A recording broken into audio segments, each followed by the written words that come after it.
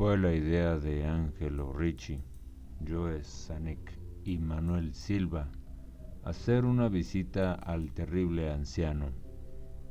El anciano vive a solas en una casa muy antigua de la calle Walter, próxima al mar, y se le conoce por ser un hombre extraordinariamente rico, a la vez que por tener una salud extremadamente delicada, lo cual constituye un atractivo señuelo para hombres de la profesión de los señores Ricci, Zanuck y Silva, pues su profesión era nada menos digno que el latrocinio de lo ajeno.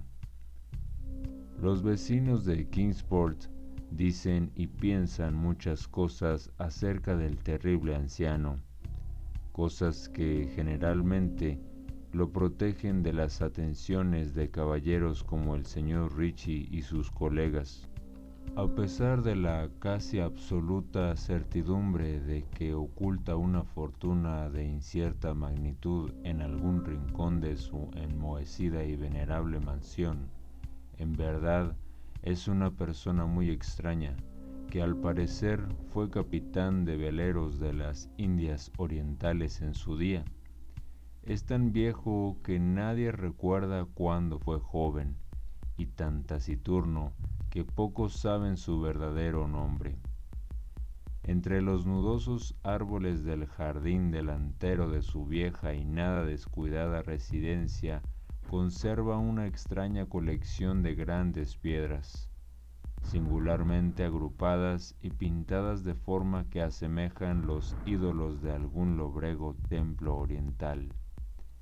Semejante colección ahuyenta a la mayoría de los chiquillos que gustan burlarse de su barba y cuello, largos y canosos, o romper las ventanas de pequeño marco de su vivienda con diabólicos proyectiles.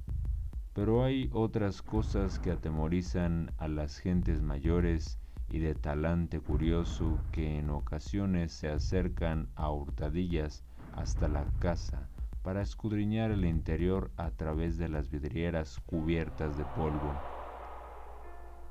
Estas gentes dicen que sobre la mesa de una desnuda habitación del piso bajo hay muchas botellas raras, cada una de las cuales tiene en su interior un trocito de plomo suspendido de una cuerda, como si fuese un péndulo, y dicen que el terrible anciano habla a las botellas, llamándolas por nombres tales como Jack, Cara Cortada, Tom el Largo, Joe el Español, Peters y Mate Ellis, y que siempre que habla a una botella, el pequeño péndulo de plomo que lleva dentro emite unas vibraciones precisas a modo de respuesta.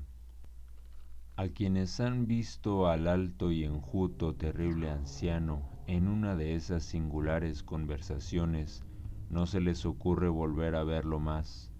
Pero Angelo Ricci, Joe Zanuck y Manuel Silva no eran naturales de Kingsport, pertenecían a esa nueva y heterogénea estirpe extranjera que queda al margen del atractivo círculo de la vida y tradiciones de Nueva Inglaterra, y no vieron en el terrible anciano otra cosa que un viejo achacoso y prácticamente indefenso, que no podía andar sin la ayuda de su nudoso cayado, y cuyas escuálidas y endebles manos temblaban de modo harto lastimoso.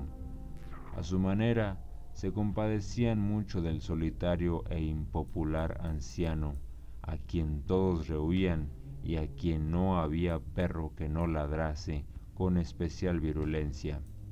Pero los negocios, y para un ladrón entregado de lleno a su profesión, siempre es tentador y provocativo un anciano de salud enfermiza que no tiene cuenta abierta en el banco, y que para subvenir a sus escasas necesidades paga en la tienda del pueblo con oro y plata españoles acuñados 2 siglos atrás. Los señores Ricci, Zanuck y Silva eligieron la noche del 11 de abril para efectuar su visita.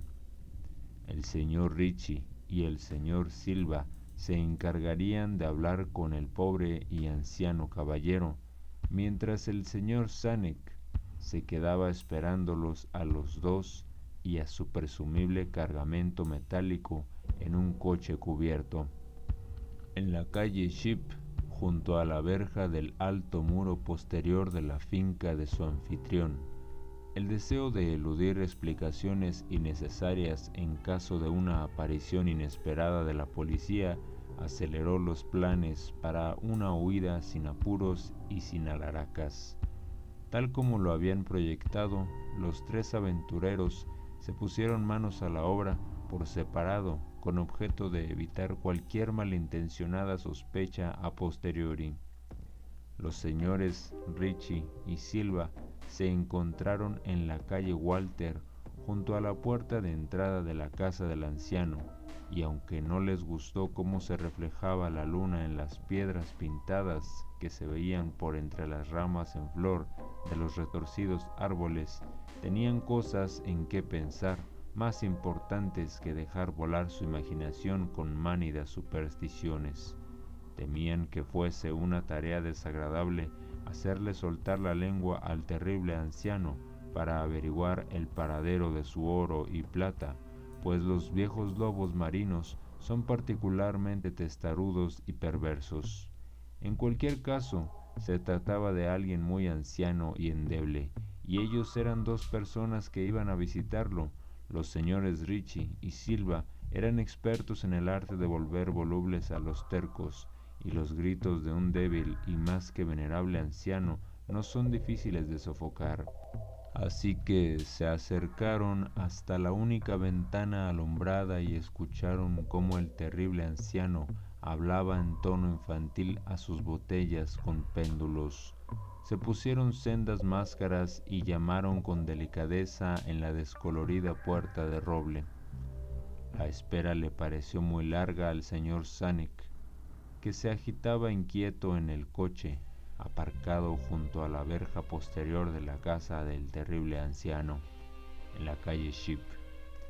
Era una persona más impresionable de lo normal, y no le gustaron nada los espantosos gritos que había oído en la mansión momentos antes de la hora fijada para iniciar la operación. ¿No les había dicho a sus compañeros que trataran con el mayor cuidado al pobre y viejo lobo de mar? Presa de los nervios, observaba la estrecha puerta de roble en el alto muro de piedra cubierto de hiedra. No cesaba de consultar el reloj y se preguntaba por los motivos del retraso.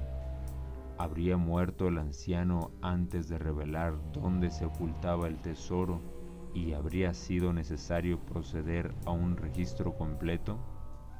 Al señor Zanek no le gustaba esperar tanto a oscuras en semejante lugar. Al poco llegó hasta él el ruido de unas ligeras pisadas o golpes en el paseo que había dentro de la finca.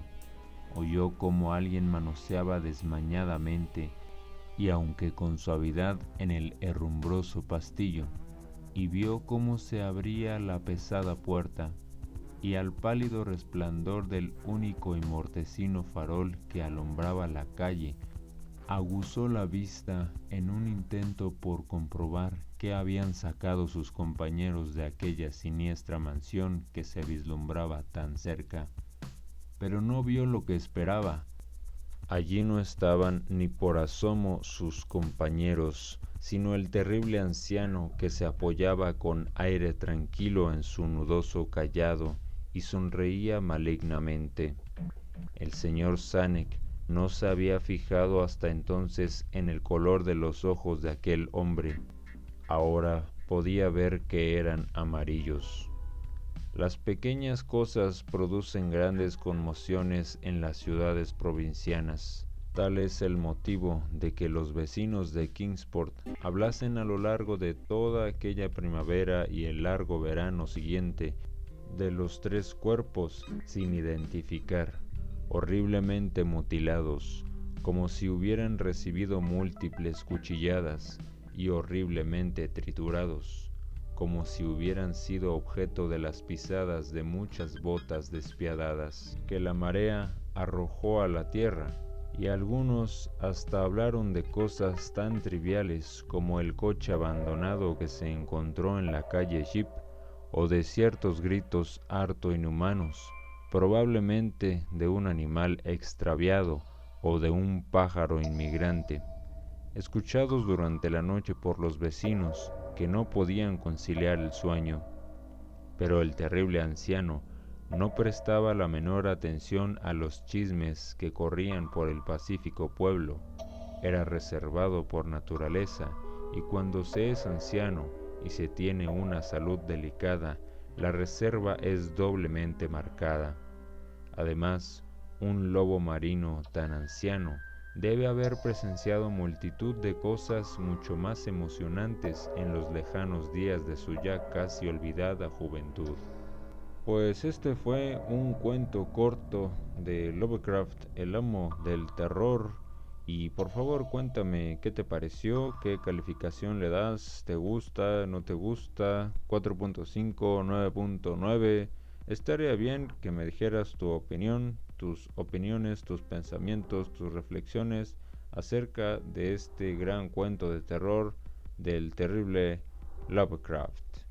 Y bien, pues aprovecho para invitarte a suscribirte a este canal. Si ya lo has hecho, recuerda darle a la campana para que te enteres de cuando subo un video nuevo. De igual manera, añádeme a mis redes sociales, Facebook, Twitter, y bueno, pues aquí estaremos en YouTube haciendo más videos y cuentos cortos o las cosas que sugieras, ya sabes. Solo agrégame al Facebook o comenta temas que te interesan ver en video en este canal. Hasta la próxima.